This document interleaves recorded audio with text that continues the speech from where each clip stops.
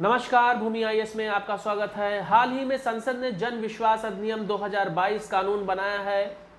इसे व्यवसाय में सुगमता से जुड़ा बताकर प्रचारित किया जा रहा है। इसका मुख्य उद्देश्य अनेक अपराधों में मिलने वाले कारावास के दंड को मौद्रिक दंड में बदलना है। इससे अनेक प्रकार के मामलों में न्यायपालिका की शक्ति को नौकरशाही को हस्तांतरित किया जा रहा है। उदाहरण के लिए जन विश्वास अधिनियम, पर्यावरण अधिनियम 1986 और प्रदूषण की रोकथाम और नियंत्रण हेतु वायु अधिनियम 1981। इसमें कारावास के दंड को 15 लाख रुपए तक के जुर्माने में बदला जा सकता है। यहाँ बड़ा सवाल ये है, क्या न्यायालयों की जगह नौकरशाही को तथ्यात्मक विवादों में न केवल फैसला देने बल्कि दंड या जुर्माना लगाने का अधिकार दिया जा सकता है? क्या यह शक्ति पृथक्करण के संवैधानिक नियम के विरुद्ध नहीं है?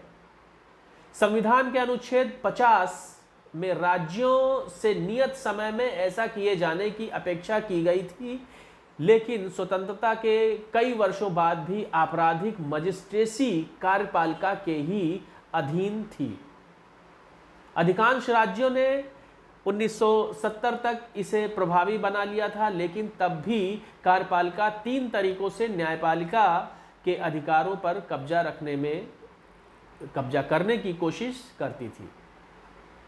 पहला, विभिन्न मंत्रालयों ने न्यायपालिका द्वारा संभाले जाने वाले विभिन्न न्यायिक कार्यों के लिए स्वयं ही न्यायाधिकरण या ट्रिब्यूनल बनाने शुरू कर दिए। इसमें से अधिकांश में नौकरशाही को टेक्निकल सदस्य की तरह नियुक्त होने का अवसर दिया जाता था। दूसरा, केंद्र सरकार ने SEBI, securities and exchange board और कमीशन ऑफ इंडिया जैसे वैधानिक नियामक बनाने शुरू कर दिए, जिसके पास निजी क्षेत्र पर जुर्माना लगाने का अधिकार है। इन सबके प्रमुख नौकरशाही होते हैं।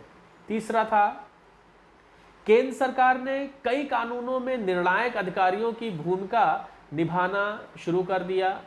धन शोधन निवारण अधिनियम 2002, सूचना प्रौद्योगिकी अधिनियम 2001 इसके उदाहरण हैं। जन विश्वास अधिनियम ऐसे ही कानूनों के आगे की एक कड़ी है। सरकार ने जो ट्रिब्यूनल बनाए हैं उनकी संवैधानिकता को न्यायालयों में चुनौती दी जाती रही है।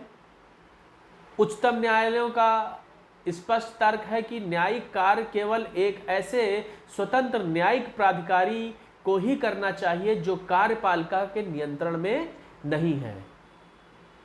जुर्माना लगाना न्यायिक कार्य है या नहीं, इस पर कोई महत्वपूर्ण न्यायिक मिसाल नहीं मिलती। सरकार अपने ही मामलों में अभियोजक और न्यायाधीश नहीं हो सकती। यही कानून के शासन का सार है। इस आधार पर जन विश्वास अधिनियम की संवैधानिकता दांव पर है। यहाँ बड़ा मुद्दा यही है कि नौकरशाही या कार्यपालिका को न्यायपालिका के अधिकार क्षेत्र पर अतिक्रमण के लगातार प्रयासों से बचना चाहिए। लोकतंत्र के किसी भी स्तंभ की शक्ति के हनन का प्रयास उचित नहीं कहा जा सकता। मिलते हैं किसी और मुद्दे के साथ, तब तक के लिए नमस्कार।